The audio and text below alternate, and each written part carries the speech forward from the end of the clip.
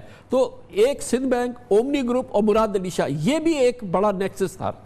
جی خان صاحب بالکل. سندھ بینک ویسے تو ACC پہ میں مطلب رجسٹر تھی ایک انڈیپینڈنٹ کمپنی کے طور پہ، لیکن سندھ حکومت کے رولز آف بزنس کے مطابق جو ہے سندھ صوبائی جو محکمہ خزانہ ہے اس کی ذمہ داری تھی کہ وہ اس کے معاملات کو مانیٹر کرے، کیونکہ اس میں جتنی بھی انویسٹمنٹ ہے وہ سندھ حکومت کی ہے. اس رپورٹ میں یہ بتایا گیا ہے کہ یہ اگر بینک ڈوبا یا جو بھی نقصان ہوگا تو وہ اوور آل مجموعی عملی طور پہ حکومت سندھ کے خزانے کا ہوگا.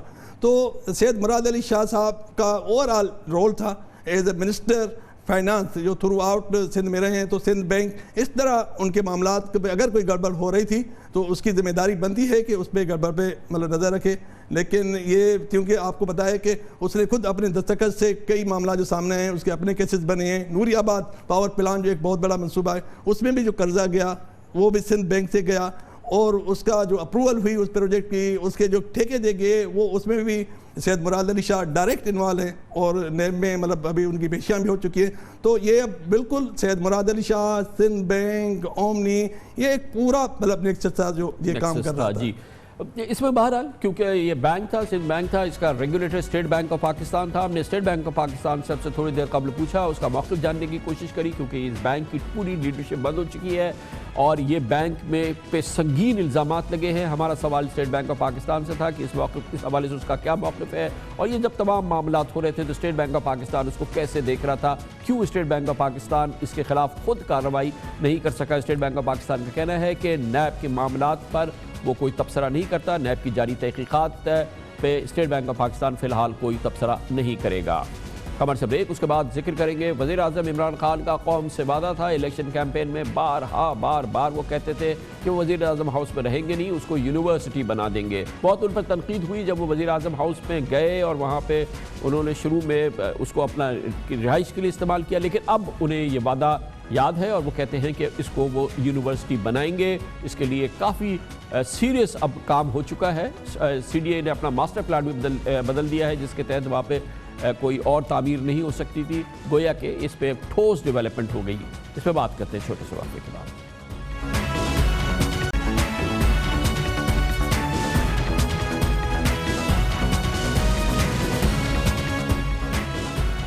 وزیر اعظم عمران خان کو ایک وعدہ جو بارہا یاد دلایا جاتا رہا ہے، اس کا تعلق ان کے اس وعدے سے تھا، اس عزم سے تھا جو کہ ان گنت بار انہوں نے کیا تھا کہ وہ وزیر اعظم ہاؤس میں نہیں رہیں گے. اس طرح کی شاہانہ عمارات پاکستان کے چیف ایگزیکٹو کو سوٹ نہیں کرتی اور وہ اس کو یونیورسٹی بنا دیں گے. لیکن شروع میں تو وہ خود وزیر اعظم ہاؤس منتقل ہو گئے، گو کہ اب وہ ان کی رہائش بنی گالہ میں ان کے ذاتی گھر میں ہے.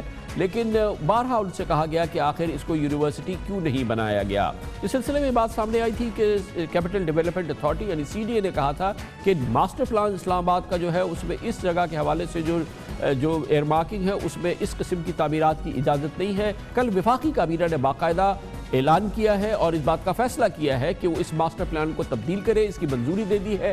CDA اس ماسٹر پلان کو تبدیل کر رہی ہے، جس کے بعد وزیر اعظم قوم سے کیا گیا اپنا یہ وعدہ پورا کرنے کی پوزیشن میں آ رہے ہیں کہ اس جگہ پہ جہاں پہ وزیر اعظم ہاؤس بنا ہے وہاں پر ایک شاندار یونیورسٹی بنے. اس سلسلے میں ابتدائی اقدامات بھی کیے گئے ہیں. وزیر اعظم ہر صورت میں چاہتے ہیں کہ اپنے اس وعدے پر عمل درآمد کرائیں. پرائم منسٹر ہاؤس کا میری جو سوچ ہے وہ میں آپ کو بتا دوں کہ ایک اعلیٰ قسم کی یونیورسٹی بنائیں گے جس میں ریسرچ ہوگی اور جس میں دنیا سے ہم بڑے بڑے اسکالرز کو بلائیں گے. یہ بڑی زبردست جگہ ہے اور یونیورسٹی کے لیے ہونی بھی اچھی سی جگہ ہے. یہ سمبل ہے کلونیلزم کا، یہ سارے سمبلز ختم ہوں گے. یہ جو پرائم منسٹر ہاؤس کو انشاءاللہ ایک کوالٹی پوسٹ گریجویٹ یونیورسٹی یہ شروع ہو جانی ہے. پرائم منسٹر ہاؤس جو میں انشاءاللہ اس کو زبردست قسم کی اب یونیورسٹی شروع کروا رہے ہیں، ٹاپ کلاس یونیورسٹی. اس سلسلے میں وزیر اعظم نے باقاعدہ اقدامات بھی کیے ہیں اور اس کی ذمہ داری دی ہے. پاکستان میں سائنس ٹیکنالوجی سے منسلک انٹرنیشنلی ریناؤنڈ سب سے قابل قدر شخصیت ہے. وزیر اعظم کی کئی ٹاسک فورسز کو ہیڈ بھی کر رہے ہیں. ڈاکٹر عطاء الرحمان سے وزیر اعظم صاحب نے کل اس سلسلے میں امپورٹنٹ ملاقات بھی کی ہے. ڈاکٹر عطاء الرحمان ہمارے ساتھ موجود ہیں جو اس حکومت کی knowledge economy, artificial intelligence, science and technology, ان تمام امور کے حوالے سے ترجیحات پہ بات کریں گے. بہت بہت شکریہ ڈاکٹر صاحب، آپ نے ہمیں جوائن کیا. پہلے تو یہ فرمائیے گا کہ کیا وزیر اعظم نے مصمم ارادہ کر دیا ہے کہ اس خطے میں اب وہ یونیورسٹی بنائیں گے؟ جی بالکل. یہ جو زمین ہے تقریباً جو پرائم منسٹر ہاؤس کے پیچھے کی جو زمین ہے 50 ایکڑ، تو اس کا پیچھے سے انٹرنس ہوگی بڑی امام میں، اور یہ پوسٹ گریجویٹ ریسرچ یونیورسٹی بنے گی. انجینئرنگ اور ایمرجنگ ٹیکنالوجی، جو نئی ٹیکنالوجیز ابھرتی ہوئی ٹیکنالوجیز ہیں، جس کے اندر توانائی کی جو ٹیکنالوجیز ہیں، جس کے اندر آرٹیفیشل انٹیلیجنس اور کمپیوٹر سائنس کی نئی ٹیکنالوجیز ہیں، منرلز ہیں، نیو ایلوائز ہیں، میٹلرجی ہے، اس طرح کے جو نئی ٹیکنالوجیز کے اوپر فوکس کرے گی. ڈاکٹر صاحب یہ فرمائیے گا، آپ نے بہت کام کیا اس پاکستان میں سائنس اور ٹیکنالوجی کے فروغ کے حوالے سے، اور الحمدللہ آپ کی پوری انٹرنیشنلی ریکگنیشن بھی ہے. کتنا آپ کو سیریسنس نظر آ رہی ہے اس حکومت کے اندر نالج اکانومی کی جانب، آئی ٹی کی جانب اور یہ سائنس اینڈ ٹیکنالوجی کی جانب؟ یہ پہلی دفعہ ہے ملک کی تاریخ میں جب میں دیکھ رہا ہوں کہ اتنے بڑے پیمانے کے اوپر پروجیکٹس شروع کیے جا رہے ہیں. تقریباً 200 ارب روپے کے پروجیکٹس جو ہیں اس وقت پروسیس میں ہیں. یہ جو مالی سال ہے اس میں 13.5 ارب روپے کے پروجیکٹس جو ہیں وہ رکھے گئے ہیں. اور یہ جو پروجیکٹس ہیں جس میں تعلیم کے، زراعت کے، صنعت سے ریلیٹڈ، سائنس اینڈ ٹیکنالوجی سے ریلیٹڈ، اسپیس سائنس سے ریلیٹڈ، جینیٹک انجینئرنگ، یعنی کہ بہت بڑے پیمانے پر تو ایک پورا زاویہ تبدیل ہو رہا ہے. اور ہماری جو اکانومی جو تھی، جو پہلے low value added agricultural good یعنی ٹیکسٹائلز کے اوپر زیادہ تر 60% ٹیکسٹائلز تھی، اب وہ علم پر مبنی معیشت کی طرف، یعنی کہ سارا جو کھیل ہے دنیا میں اس وقت، کیا وجہ ہے کہ سنگاپور کی 330 ارب ڈالر کی ایکسپورٹس ہیں جبکہ پاکستان کی 23-24 ارب ڈالر کی. سنگاپور میں کچھ بھی نہیں ہے، صرف نہ قدرتی وسائل ہیں، کراچی سے 1/4 آبادی ہے، 55 لاکھ کی آبادی ہے، لیکن 330 ارب ڈالر. وجہ علم پر مبنی معیشت. سارا جو کھیل ہے اس وقت وہ electronics, engineering goods, pharmaceuticals, bio technology product, ship building, automobiles وغیرہ وغیرہ وغیرہ، ان میں پاکستان کہیں ہے ہی نہیں. ہمارا ریسورس ہے ڈاکٹر صاحب یہ اکانومی بلڈ کرنے کے لیے؟ بالکل. آپ کا سب سے بڑا ریسورس ہے کہ 10 کروڑ افراد آپ کے 100 ملین جو 20 سال سے کم عمر کے ہیں. اگر اس کو ہم اور یہ جو ہے یہ بہت بڑا چیلنج ہے ایسے ممالک کے جیسے جاپان یا کوریا یا امریکہ میں کہ اتنی ینگ پاپولیشن نہیں. یہ آپ کے پاس ایک ہیوج یوتھ بلج ہے اس وقت. اس کو اگر آپ چینلائز کر دیتے ہیں تعلیم پر، سائنس پہ، ٹیکنالوجی پہ اور پہ انوویشن، جدت ترازی پہ. کیا ترجیح ہے آپ کی ڈاکٹر صاحب؟ آپ کی جو ٹاسک فورسز کام کر رہی ہیں، ایک ٹاسک فورس کے تو آپ وائس چیئرمین پرائم منسٹر خود اس کو چیئر کر رہے ہیں، تو ابھی آپ نے کیا ترجیحات؟ چار بنیادی ترجیحات ہیں کیونکہ فوکس رہنا بہت اہم ہے. آپ بہت زیادہ پھیلاؤ کر دیں گے تو کچھ بھی حاصل نہیں ہوگا. سب سے پہلے تو آئی ٹی اور اس سے ریلیٹڈ پروڈکٹس، اس میں بڑی بڑی صنعتیں لگانے کی ضرورت نہیں ہے، صرف ٹریننگ کی ضرورت ہے. تو اس کے اندر artificial intelligence, internet of things وغیرہ جو بھی ڈیولپمنٹس ہو رہی ہیں، اور خالی اسی فیلڈ کا کوئی $15 ٹریلین کا امپیکٹ ایکسپیکٹڈ ہے اگلے 8 سے 10 سال کے اندر. تو بہت تیزی سے ابھرتا ہوا ہے. تو ایک یہ فیلڈ ہے. دوسری جو ہے وہ انڈسٹریل بایو ٹیکنالوجی اور اس کا ایگریکلچر کے اوپر جو امپیکٹ ہے. تو بایو ٹیکنالوجی میں جینومکس اور یہ سارے جو فیلڈز ہیں، that is a second area. تیسرا منرلز. آپ کے پاس ایک بہت بڑی معدنی وسائل موجود ہیں، ان کو ہم یوٹیلائز کریں اور ایکسپوز کریں، تو منرلز.